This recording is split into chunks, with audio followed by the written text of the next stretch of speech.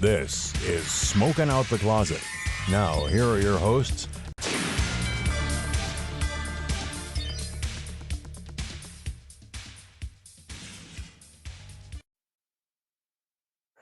Hi, I'm Rayven. I use she, her pronouns. Hi, I'm Asmodeus. I use they, them pronouns. And welcome back to another episode of Smoking Out the Closet. For those of you who are new or just joining us, we are a queer podcast. Unintended. Talks about cannabis, The LGBT community, and everything in between. and beyond. So welcome. Welcome. Man, can I just say, I wish these were out when I was healing, so we could have reviewed them while I was healing. That would have been really nice. You seem to have a good time with these. Let's talk about a little bit what we're talking about. Yeah, so this week I've been so tongue-tied today. We are reviewing, Insa's sour green apple troches. Which these are really nice. They're 20 milligrams a piece, and there's 20 of them instead of 10, like most packaging is here in PA for some reason. They were fast acting, which I'm not 100% sure how they did that. I would like to know how they did that and like how it's made and kind of talk to them about that. When did we take these? I didn't quite keep track. We took them around, I want to say, like, you had your little thing. Yeah, I had my thing, and then... So I want to say, like, around 2. Okay. Yeah. I felt that... I smoked after my thing that I had to do, and then you came down with those, and then we had them, and then... So yeah, it took maybe like 2 hours, I guess, for me, like an hour and a half, 2 hours, a little bit faster than RSO. Yeah, it did. It took I want to say like 45 minutes for me, but also I didn't smoke prior, so I don't know if that was a factor for it. Yeah. Also, it just takes a really long time for things to hit me. The boost tablets hit everybody else in 30 minutes. It still takes me like an hour. Yeah, that's fair. My body is strange. I will say this is Insa is one of 2 companies that are labeling that their troches are vegan and gluten free. Yes. Or I'm sorry, these are vegetarian. Because most of the troches they're made with pectin or pecitin instead of gelatin. Mm-hmm. So there is no animal byproducts used for it. So they are considered vegetarian. I wonder what it is making it not vegan, though. Is there maybe like a... I don't know. There shouldn't be butter in there. No. Eggs, honey? Honey, maybe? Maybe? I don't know. Some sort of animal product. There has to be. Yeah. But we got the sour green apple flavor. Yeah. I really like this. No, the thing is, I would say these are about on par for me with the Verano troches. Yeah. Except they are stronger for a single dosage, and they're the same price for twice the amount of product. No, see, I honestly think I like these better than the Verano troches. I don't know. They taste better. There's more of them. They're the same price. Oh yeah, no, I'm giving them a better score than the Verano troches. Yeah. But for me, like, just because like I took a smaller dosage of one, Mm-hmm. and like just to make it on par with the dosage and everything. While the price and the availability of the amount you get with the dosage is putting it over the Verano troches, for me it was very similar effects, sensation, dosaging. So yeah.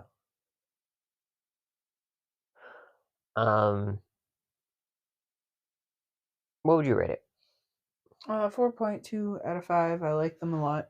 I also like the fact that how many of these did I take? 1 and like 3/4. Yeah. 1 and a third, I don't know. Because you had a little sliver, and I was like, I don't want to take that whole thing. Maybe just a piece of it. Like 25 milligrams, maybe?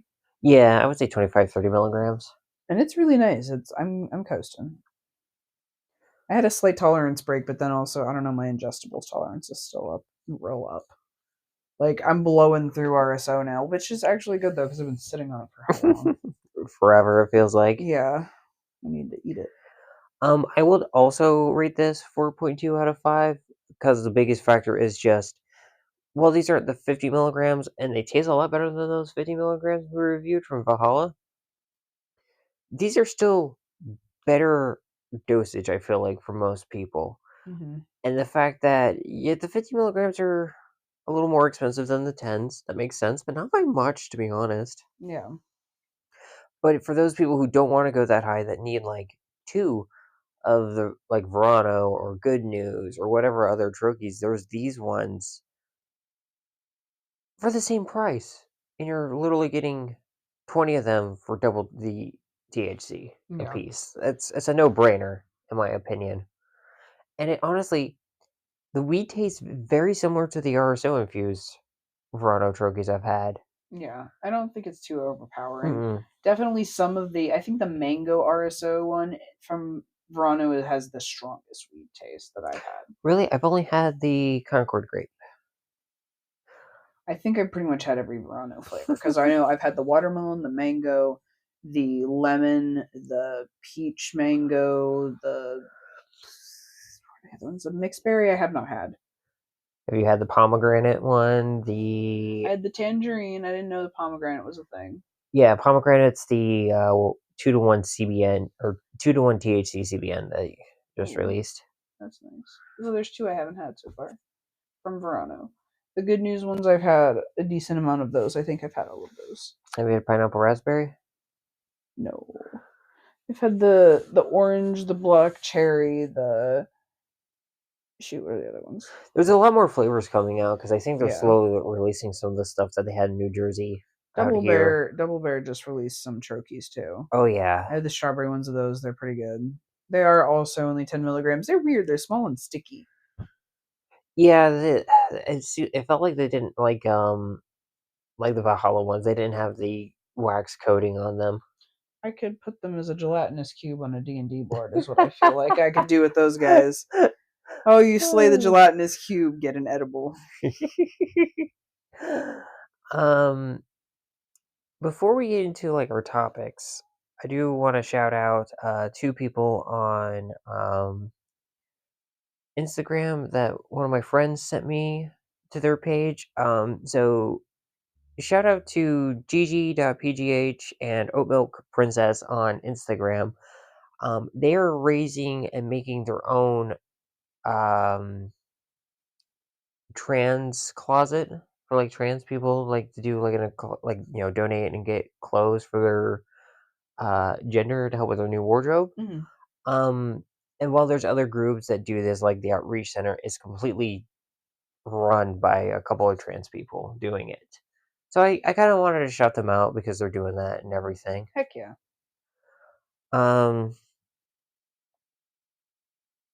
Is there anything you want to say on that? I just think that's pretty cool. I've also have been looking through my my drawers here, and I'm like, there's some nice bras that I don't wear anymore that could be donated. I have a Tomboy X, like I think it's a swim top binder thing that doesn't really fit me anymore that I could probably donate. Somebody would appreciate. I'm trying to think of some other things, like stuff I don't used to be able to donate to, you know? And I could donate some of my old like femme clothes that don't fit me anymore. Mm-hmm. But yeah, you should definitely check them out.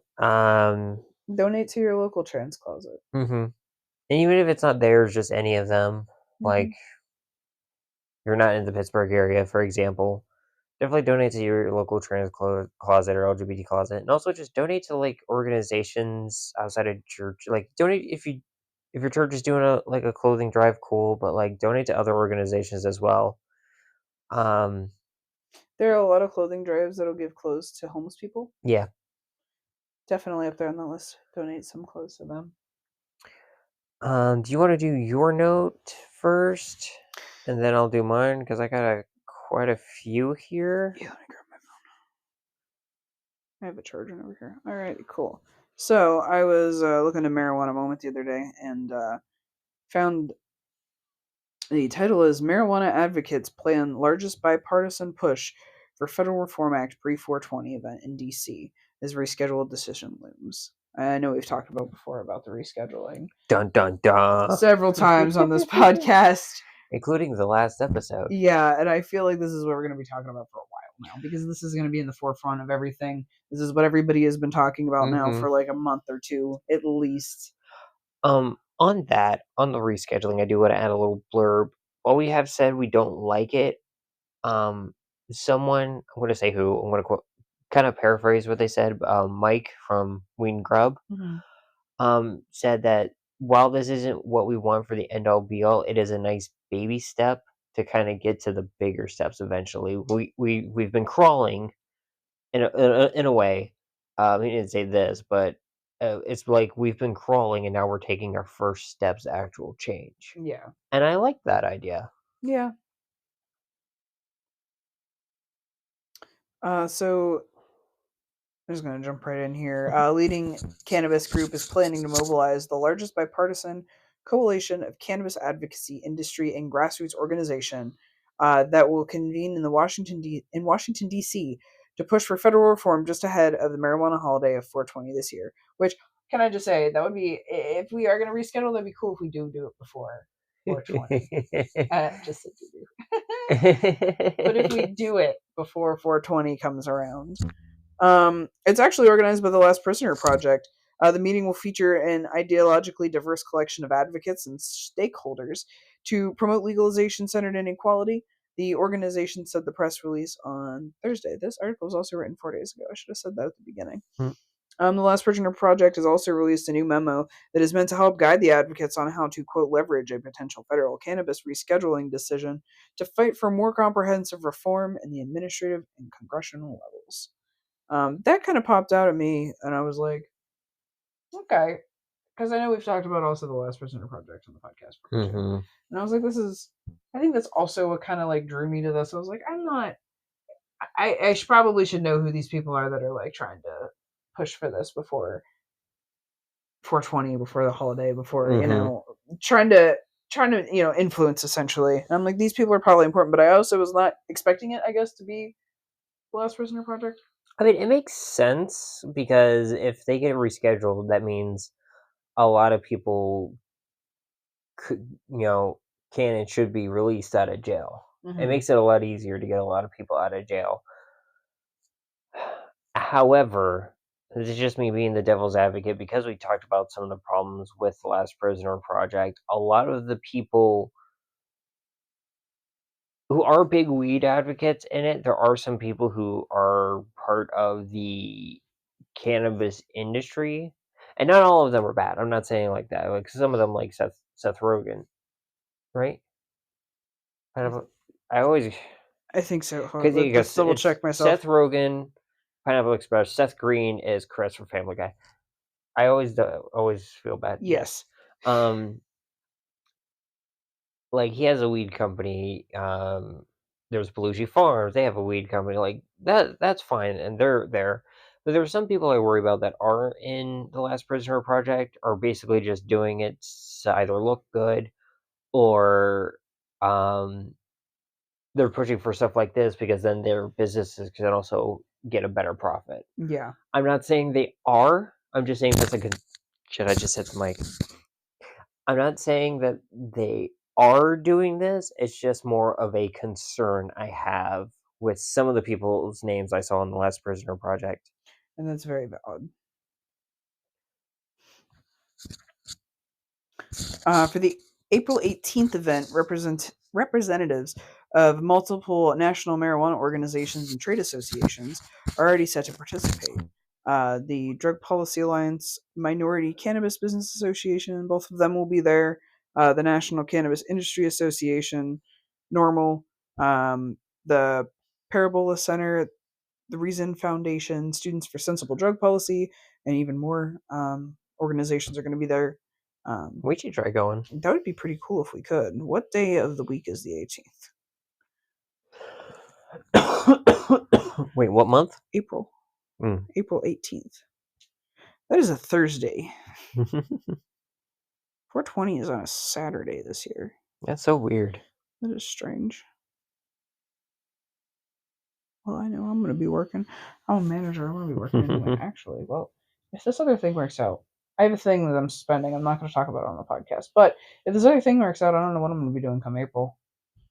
Oh yeah. So I guess we'll see what's happening. I'm not gonna say much yet, but we'll see what goes on.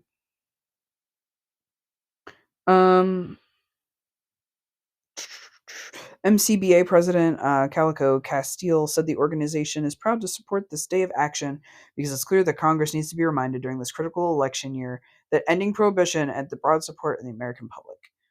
Congress is only governing the body that can truly end this national nightmare of locking humans in cages simply for possessing or growing a plant.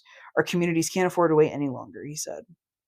Um, yeah, this is awesome though. I don't want to like completely read the whole article, but like No, that's fair. it's super exciting to see that there's going to be a whole bunch of organizations just gathering together and being like, hey, this is important. This is something that's like coming up right around the bend, and you guys need to fucking think about it. And you need to like be aware of this. Even if you don't think you give a shit, this is something that's like going on that you need to like say your views are completely opposite. You just at least need to know this is that there Yeah. are a lot of people that this is pushing for. Yeah. And I feel like there's a lot of, which is sad, we're not seeing a lot of the LGBT representation because like we need more of that with this push. I feel like just Yeah. because of our history with cannabis, especially for the 80s and 90s. So definitely love to have us there. I would like to see other organizations there that are weed related and cannabis related. I'm looking at you, Juicy Holdings. Put your money where your mouth is. Yeah. So moving forward, I have a couple of notes here. First note is Smoking Out the Closet is officially live on Everywhere is Queer. So for those of you who don't know what that is, Everywhere is Queer is an interactive website with a map where businesses and organizations and ways you can gather and spend time with the community is very pretty much just if there's gay people involved or queer people, LGBTQIA plus people involved in any way, shape, or form, um, they are on the map. Of course, each group, organization, business has to put themselves on the map, has to apply to it. And I did that for us. We are officially on the map. We are one of 2 locations. It's mapped where the town we're based in, but it doesn't say our exact address. Cool. Because I didn't want to go that too far. No. So this wonderful website, which is hopefully soon around the corner, going to be an app on both the Google Play Store and Apple App Store, was created by a person named Charlie, who's he/they pronouns. The site is entirely publicly sourced, an interactive map, and it's like Waze before Google bought it. It was totally community built up. Yeah. And so like it's really cool. You guys should look at it if you're ever worried about like, hey, I want to go overseas on vacation, but I want to like see if there's any like gay bars in the area. You can use Everywhere is Queer to do that. Yeah. Or if you're going somewhere and you're like, I wonder if they're queer friendly or if they have, queer owners, you can look at the load them up on there too. Or use this as like a way to like help you pick a location where you want to move. Yeah, absolutely. Since we have a little bit more time, another thing. So on the 10th of this month, so Jared, if you're listening in the future, January 10th, 2024, Delegate Paul Kryzak introduced the Sales Legalization Bill, or House Bill 698, to the House of Delegates in my home state of Virginia. This bill would legalize the sale of weed in the state. Right now, recreational usage of cannabis is legal in Virginia, but the sale and distribution of it is not yet. There is the loophole of gifting where you can go to certain places in Virginia and basically pay for like a sticker or a hat and get some weed as a gift. Heavy air quotes. Gift. But weed is not fully legal for sale in the state of Virginia. Or if you actually want to be official based on the freaking paperwork of the Commonwealth of Virginia. There was a proposal for it for the same thing placed last year that passed the Senate but died in the GOP controlled House of Delegates in Virginia. However, with this recent rise of Democrats in both the Senate and the House, the bill is more likely to pass. But the thing that is worrisome is that the current governor of Virginia is kind of anti-cannabis. And there's a lot of kind of fear that he's going to veto the bill. Which sucks because I would love to go show you and, some more of our polycule, like where I grew up. Yeah. And kind of, show you guys my stomping grounds, get high, and go to the Virginia Living Museum because that was fun as a kid, and it'd be really cool to see that high as an adult. What is that? The Virginia Living Museum is pretty much like a so it goes over like life science in a way where it teaches you about like dinosaurs, which apparently they had a dinosaur like statue since I was a kid. But basically you would go inside, it would teach you the basics of like evolution. You can go and see like displays of like there's like a little aquarium section you can go through. There's like animals, like wildlife that you would find native to Virginia. Um and you could actually see them outside, and most of the time they're catch and if I recall correctly, this might have changed since I was a kid. They were catch and release rehabilitation animals. Like they got sick, they got hurt in some facet, and it's just wildlife. It's about wildlife that in Virginia. Oh, that's cool. And living or extinct. Like we still go over that. When I was a kid, and I had to look it up because I was curious the one day. Because I was showing everybody like Google Maps, like Google Earth. It's like, here's where I grew up. Here's what this looks like. Here's what that looks like. See how flat it is?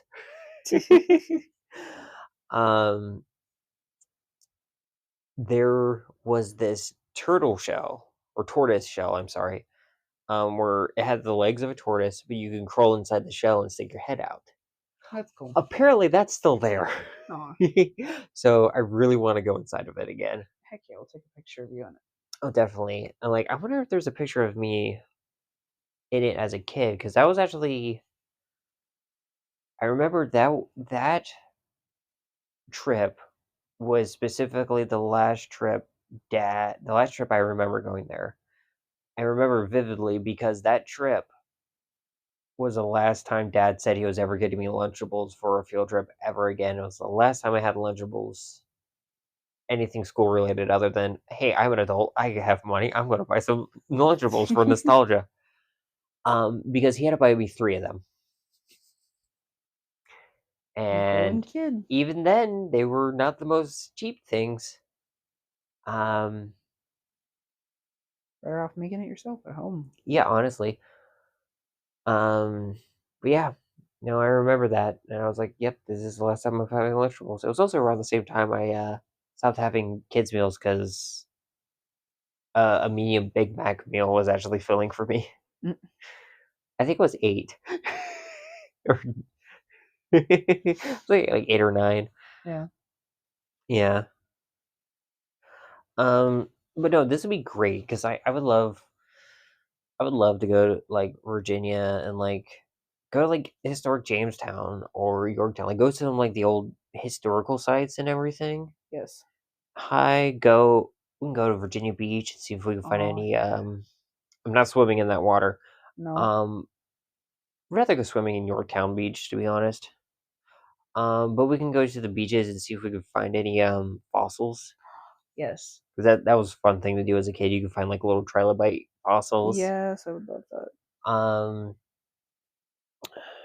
Trying to think what else we could do. I'm gonna go to Busch Gardens. Oh my god, yes, please. In Williamsburg. I love Busch Gardens. I went there for my senior class trip. I don't know if I ever talked about this in the podcast, but we went to Busch Gardens and Water Country. Oh, I love Water Back to Country. back. That's the way to do it. I think we also went to like somewhere historic down there. There's a picture of me on the ship. Oh, Jamestown. Yeah, we went to Jamestown. I had to ask Joey about that because I was like, where was this picture taken? I don't remember. It's either Jamestown or Yorktown. I think they both had ships. Wait, was it a wooden ship? Yeah. Big old wood ship. You might have actually went to the Mariner Museum. No, it was outside. There's a big ship outside. It was actually like, I got on it and I have a picture on it, but it was not in a building. Yeah. I don't think it was a museum. I think it was like, I don't remember going to a museum there. I might also be misremembering. You said it was outside? Mm-hmm. No. Oh. It is not it. Fun fact, if I recall correctly, I'm gonna probably forget which one this is. I want to say it's the Merrimack. But that's the Merrimack. Or the Monitor. One of the two. Okay. That was the first iron ships that the Monitor Merrimack Bridge Tunnel is named after, because where it goes underwater, that's where they had fought. Yeah, Civil War history. I'm never driving in that tunnel. Ever in my life. Never, ever. I would never come out of the other end of it. That would be the end of me. Well, it looks like we're going to have to take the long way around to get the Smitty Burger. Because I'm not doing that tunnel. Oh, wait, you don't have to go through the Monitor Merrimack Bridge Tunnel to get because you just drive from Newport News to Gloucester. I don't think you actually have to take that. No, that doesn't go over the river. Over the river and through the woods to grandmother's house we go. I want to find this picture now. No, that's how you get to... Wait, why do I have to go through... I can't remember much about Virginia. Okay, hang on. Jamestown ship.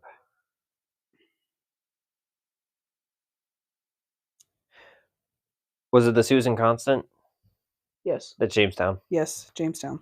Because that's where that picture of me beside that guy that had the long beard is, and I'm laughing about something. I can't remember what it was. Yeah, it's Jamestown. Yeah, that's where that picture was taken. Look, I already saw your town you grew up in. You got to see my town I grew up in. Yours is going to be so much more interesting than mine. Oh, yeah, because mine's a city. Yeah. I took you to Saxton, too, I'm pretty sure. Yeah, he did. Yeah. Nothing interesting there either. There's some railroad tracks in the backyard. That's that pretty much don't get used. Yeah. There's some people who do meth out there. Not very interesting either. It's just a fact. Yeah, I'd like to take you down there. Absolutely, I'd love to go back to Virginia. I want to go see another Luna moth. They're so cute. I was talking to Joey, and I was like, "You were there the first time I saw a Luna moth," and I was just like, it was just beautiful. I was like, "What is this?" That was the first time I was like, I don't know. I guess I was really exposed to something that lived outside of where I lived. Oh, then you would really love the Living Museum. Yeah. Yeah. Because I'm like, I want to see things that are just native to this area. I want to see things that live around here all the time. Okay, you would definitely love the Living Museum then. Hey, if any of our listeners who live in Virginia, or you're planning a trip to Virginia, 2 stops I would always recommend to people: the Virginia Living Museum, especially if younger kids, and Smitty Burger. I tell everybody all the time, go to Smitty Burger. If you're in Southeast Virginia, I don't care if you're going to Newport News, Norfolk, Gloucester, Hampton Roads, Portsmouth, for whatever reason you're going to Portsmouth for. Not much is in Portsmouth except for the Naval Hospital. Yeah, come at me. Go to Smitty Burger. They're really good. And with that, we're going to go on our break. Heck yeah.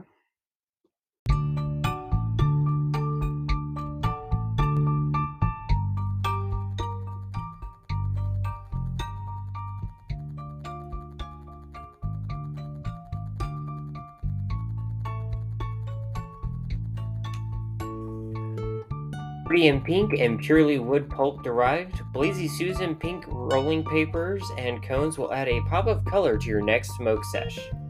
Their classic pink papers are naturally dyed, vegan, GMO-free, and food safe. They contain no amounts of heavy metals or pesticides unlike other paper producers. Care about what goes in your lungs with Blazy Susan papers and cones. Use promo code BGSOTC20 at checkout to get 20% off with your friends at Smoking Out the Closet. Plus, get free shipping on orders over $50 in the United States.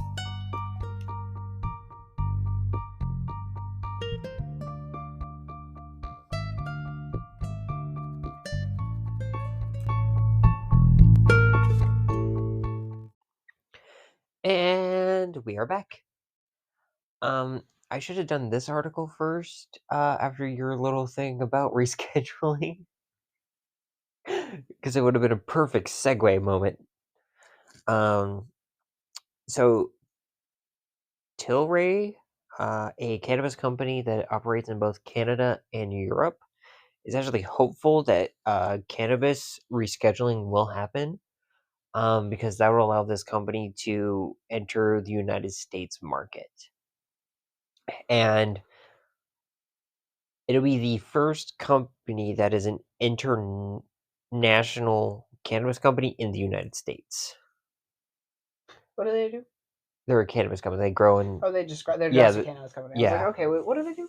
They're a MCO, multi-country operator. That's interesting. Yeah, I actually had to look them up. I didn't know they were. I knew they were in Canada, but when I was doing a little deep dive further, from this article I'm referencing, yeah, they operate in Europe too. For a couple of their medical programs over there. I think they're in England. I'm not 100% sure on that one. But I know they're in a couple European medical cannabis programs. So one of the largest medical cannabis businesses in both Canada and Europe, Tilray, has the, quote, expertise in growth, research, and the know-how to launch medical cannabis operations in the U.S.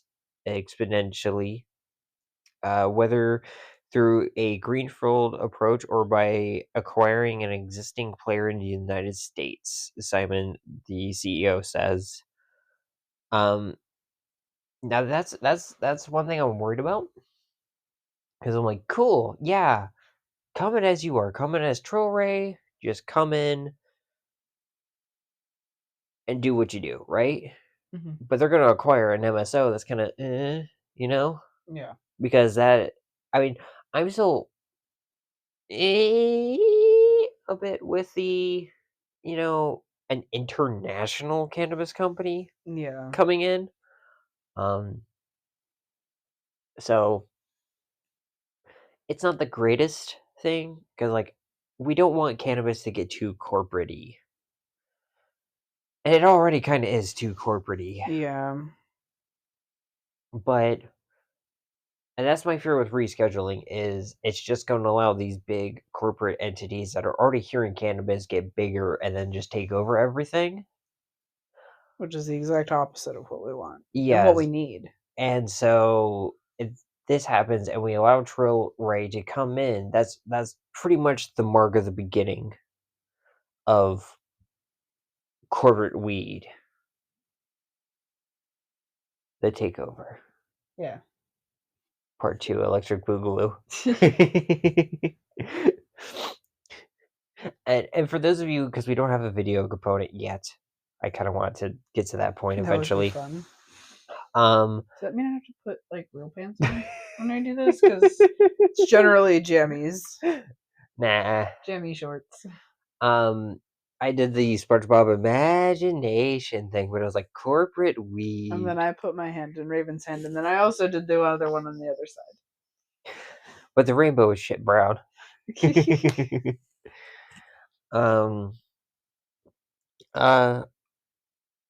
Geez, I don't know why I got that bubble in my throat. Made my voice sound like Kermit the Frog for a minute. The CEO says Troches would target the big markets on both coasts, including California and New York. Yeah, here's my thing, and not a lot of people realize this right now. California weed is, I'm very sad to say this, and I'm quoting Cool Nerd Weed Show on this one because to me they have the bit more of the 411 on the industry side of weed there. Mhm. It's kind of on the downside right now. It's on the downslope because there's overabundance. There's so many laws that are making a headache for new growers to kind of, get up in there. There's a lot of towns and boroughs saying, no, you can't open a dispensary here. So it's kind of on a decline right now. And a lot of it is like laws getting rewritten, new lab results needing to be done. Mhm. And then stuff, so on and so forth with that.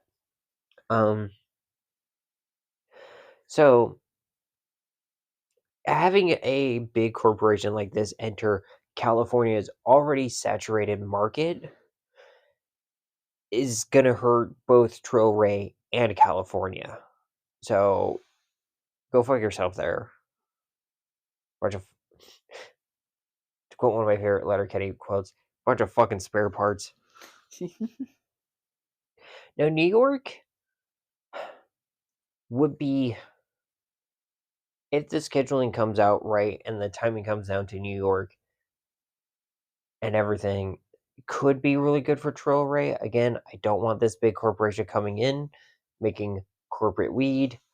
But it'll be interesting because New York recently just got their licensing thing figured out, where the veterans who were trying to push to join the social equity initiative for people getting licenses first, like people of color, those who were, wronged by the drug on war, The and war on drugs.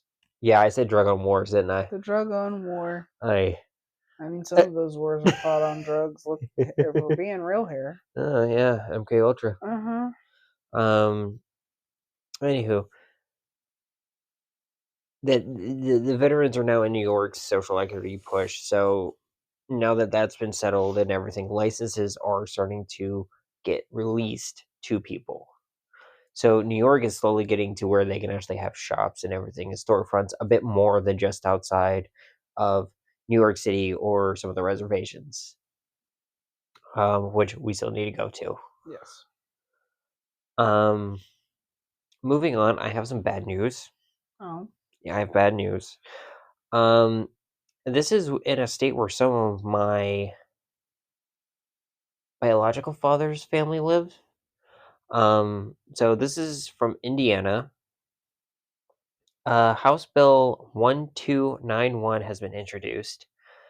This bill is bad news in a lot of ways, and I want to preface this of a while back where anti-trans bills were being introduced. We've said this. A lot of other trans people have said this. The whole they're going after one, and the moment they realize they can get away with one, they're going to try getting away with the whole community. Mm-hmm. And this is one of those bills that is very evident of this. So, what's in this bill?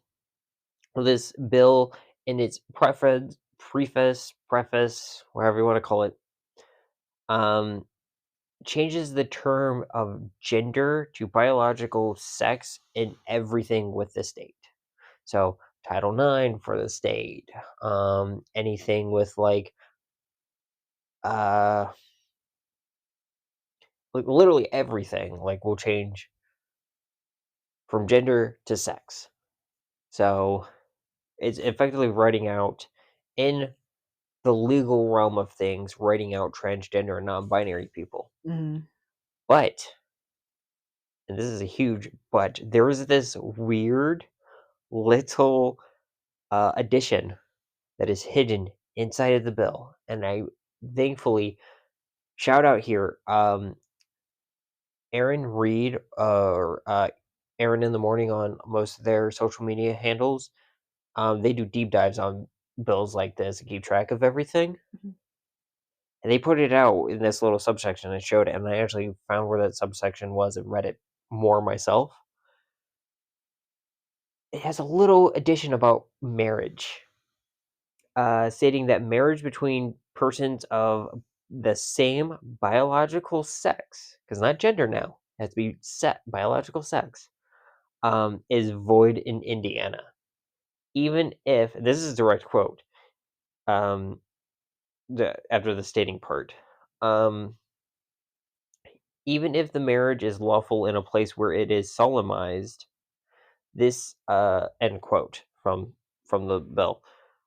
This is setting up like a few other states to prevent, but for the potential overturn of the Bergefell court case that helped legalize gay marriage in the United States. Because when that court case was brought up to the Supreme Court, and the Supreme Court says yes, you cannot discriminate on the basis of marriage because the people that are getting married are gay. That's unconstitutional. That's when it was officially made that gay marriage was pretty much legalized everywhere. But the scary thing is we've seen this happen already. And this is where the current mindset of the GOP is kind of scary for a lot of us in the LGBT community. Because what they're doing is mirroring not only pretty much carbon copy, it is mirroring what Russia and Hungary have already done. Because in those countries, they started coming with the anti-trans legislation, and then they went after gay marriage. And this is just a step, because with the anti-trans legislation that comes for us all.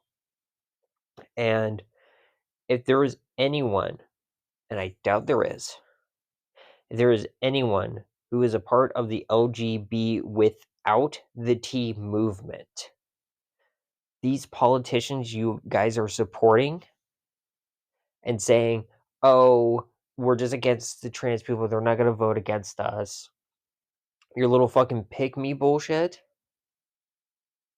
is not working, because they are also coming for you guys as well. Mm-hmm. They're just going to keep coming after us one step at a time. And they're going to try pushing more and more and more till we don't have anything again. And it's horrible. It really is. They're just gonna keep trying to chip away until shit. I hit the mic. It's okay. Until we're not here anymore, basically. And that's the thing I want to bring up too, real fast, is a lot of people think, oh, marriage equality, you guys are good.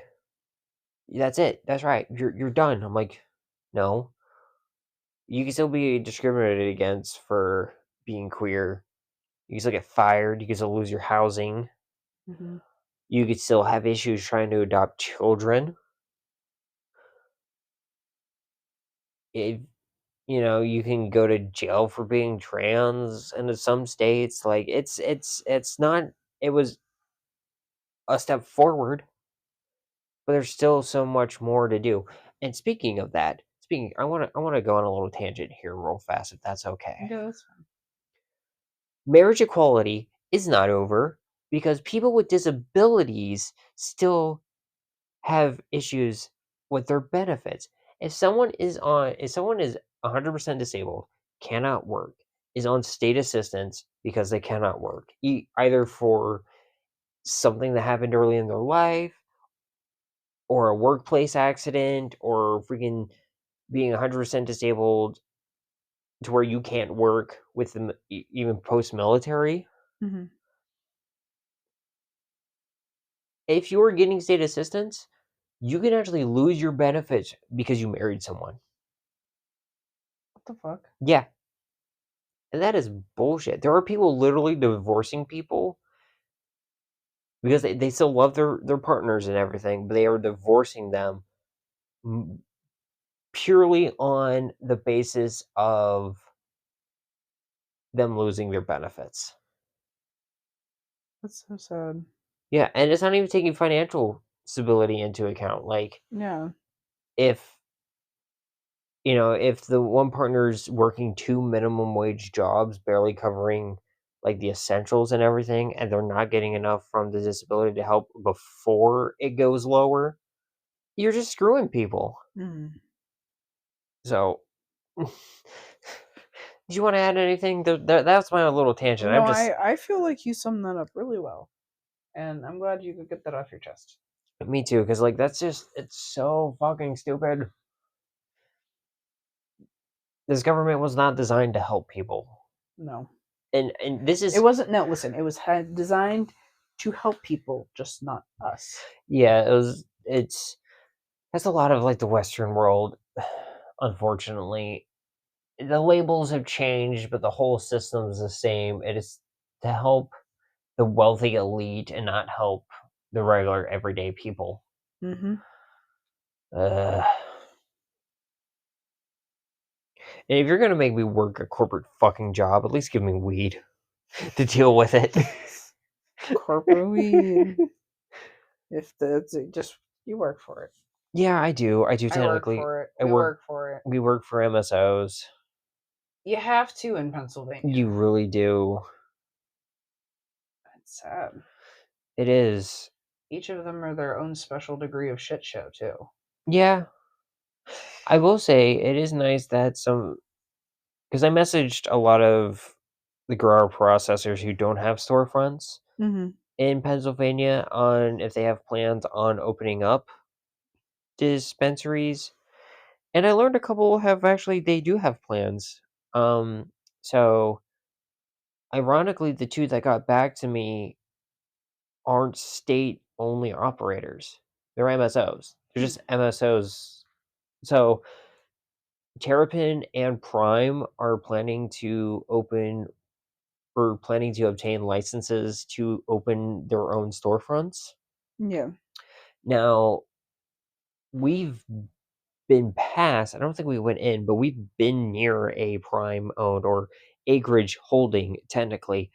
The parent company owns Prime. Also, the Botanist brand that they just started releasing here in PA, that is the name of their dispensaries in New Jersey. And I think New York as well. That's pretty cool. So the Botanist is Acreage Holding or Prime. So they're just... Well, I get what the bill, I guess technically bill now, 773 is accomplishing. A lot of the people that are benefiting are still MSOs. Which is unfortunate because that's not what we want. We want it to be able to be so like mom and pop shops can pop up and they can do their thing. Yeah. Which they might still be able to. Like, theoretically, they still could. Or how one state only grows be able to make their own storefront, sell their products. Problem is, there's only one state-only grow facility that doesn't. Remind me who that is? Penn Health Group. Oh yeah, that's right. Because Pure Penn was bought out by Trulieve, and Maitri, while their own grow facilities, they actually, when I was looking up people to see who they would actually have, Maitri actually has their own storefronts. Oh? Yeah, they have 3 stores. Huh. Yeah, I didn't know that. I was not aware.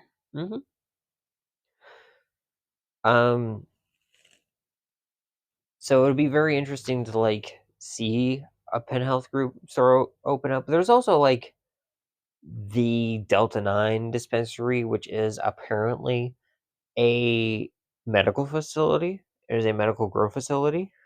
Interesting. Yeah, I know that there were Delta 9. It's called Delta 9. Yeah. But that is the dispensary. I know some people who used to work there. Weird. It's a weird name for a medical dispensary. But they would be able to grow their own weed now because they're a storefront only. They don't have their own farming like their own grow facilities. Yeah. So, I mean, per the bill, they'll be able to open up if if they didn't get bought out by AYR, Nature's Medicine would have been able to, but they're not a state-only operator, though. They're in other states. Yeah.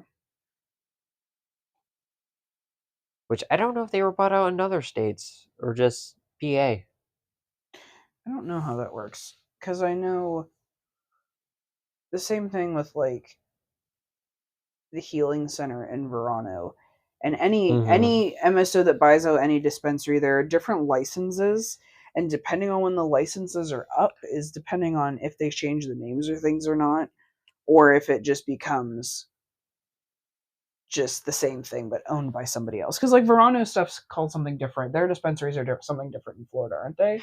Yes, that they're under the other brand Move, MUV, but the U's got the little 2 dots over it. Yeah.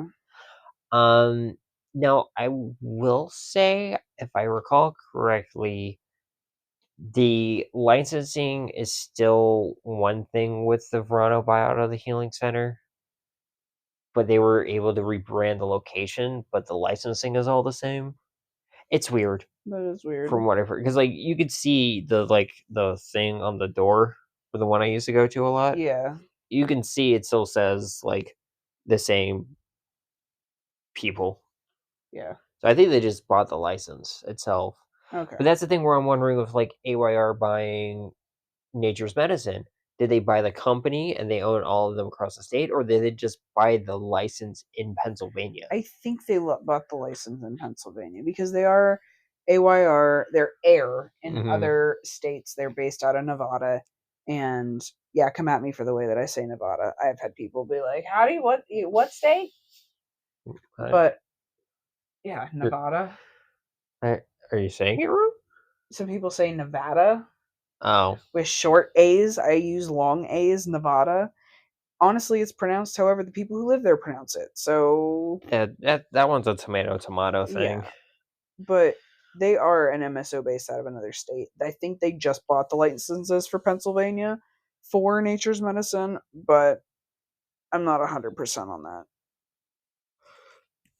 And that's what pardon me. Sorry, I need more coffee. That's how I believe it happened anyway. No, that's fair. But I mean, they're not the only storefronts that have done that though. Like, but here's my question too. Standard Farms, they're an MSO. Mm. They're Tilt Holding, I believe. Yeah. They don't have any storefronts in this state. They do in a lot of other states. But their storefronts, when they open up storefronts, they haven't gotten back to me at all. So I'm wondering if they would open up storefronts. I don't know what their storefronts are called. I do know they own the licensing, or they're partnered with Cookies in this state right now. Yeah. So I think they did the same thing in New Jersey. I think they opened up Cookie dispensaries in New Jersey. Okay. For them, or they might be actually officially Cookie owned dispensaries in New Jersey. I'm not 100% sure on that one. But they could technically do that. I'm not sure if Cookies would, or Burner, who owns Cookies, would want that. Also, while I'm speaking of Tilt Holdings and Standard Farms, as someone else who works in the industry, have you noticed that Boost capsules have kind of pretty much just been not being refilled? Like, storefronts aren't getting Boost drops anymore?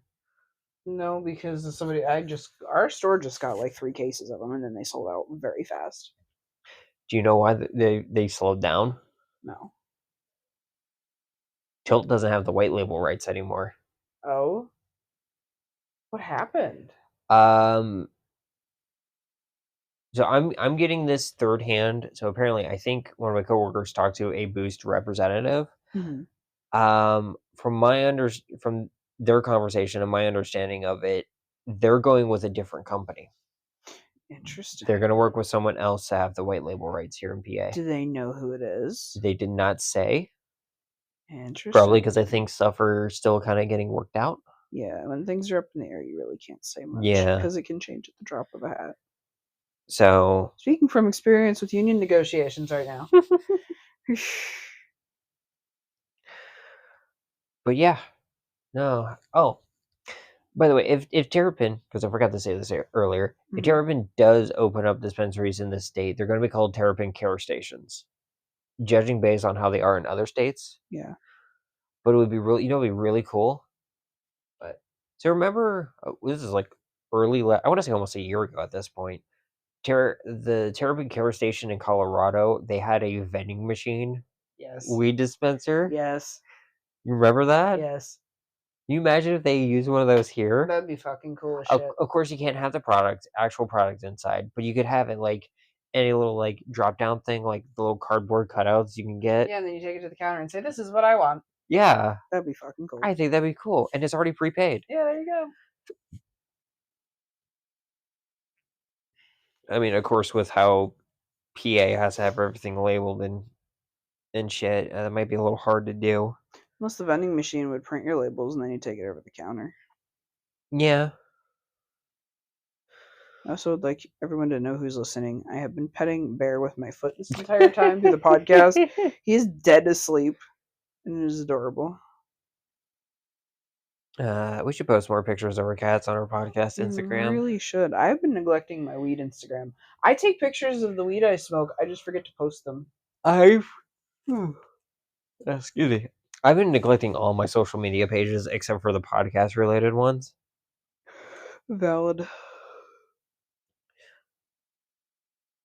Yeah. Goodness. You right? Yeah, I think so.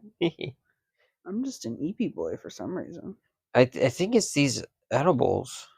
I think it's wearing off. Yeah, it's making me a little sleepy. Oh, a bacon. See, Bear's EP too. Is there anything you want to add or anything to like what we talked about at all? No. Just good episode. Yeah. Hopefully soon we'll kind of get back into our rhythm and everything. I know we missed last week's episode. That's mostly just because due to work schedule on my end.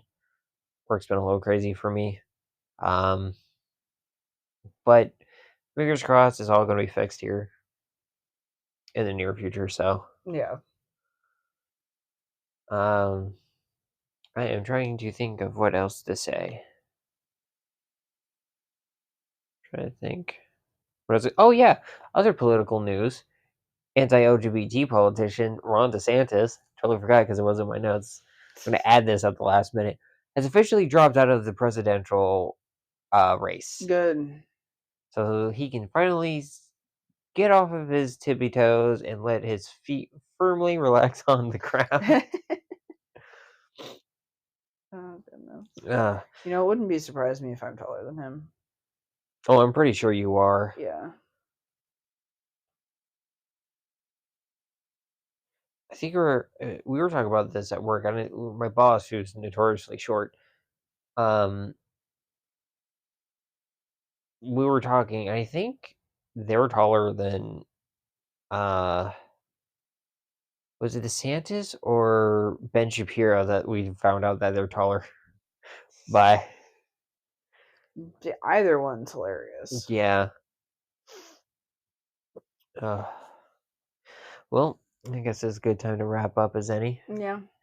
Once again, my name is Rayven. I use she, her pronouns. I'm Asmoudeus. I use they, them pronouns. We'll see you all in the next episode. Bye. Bye.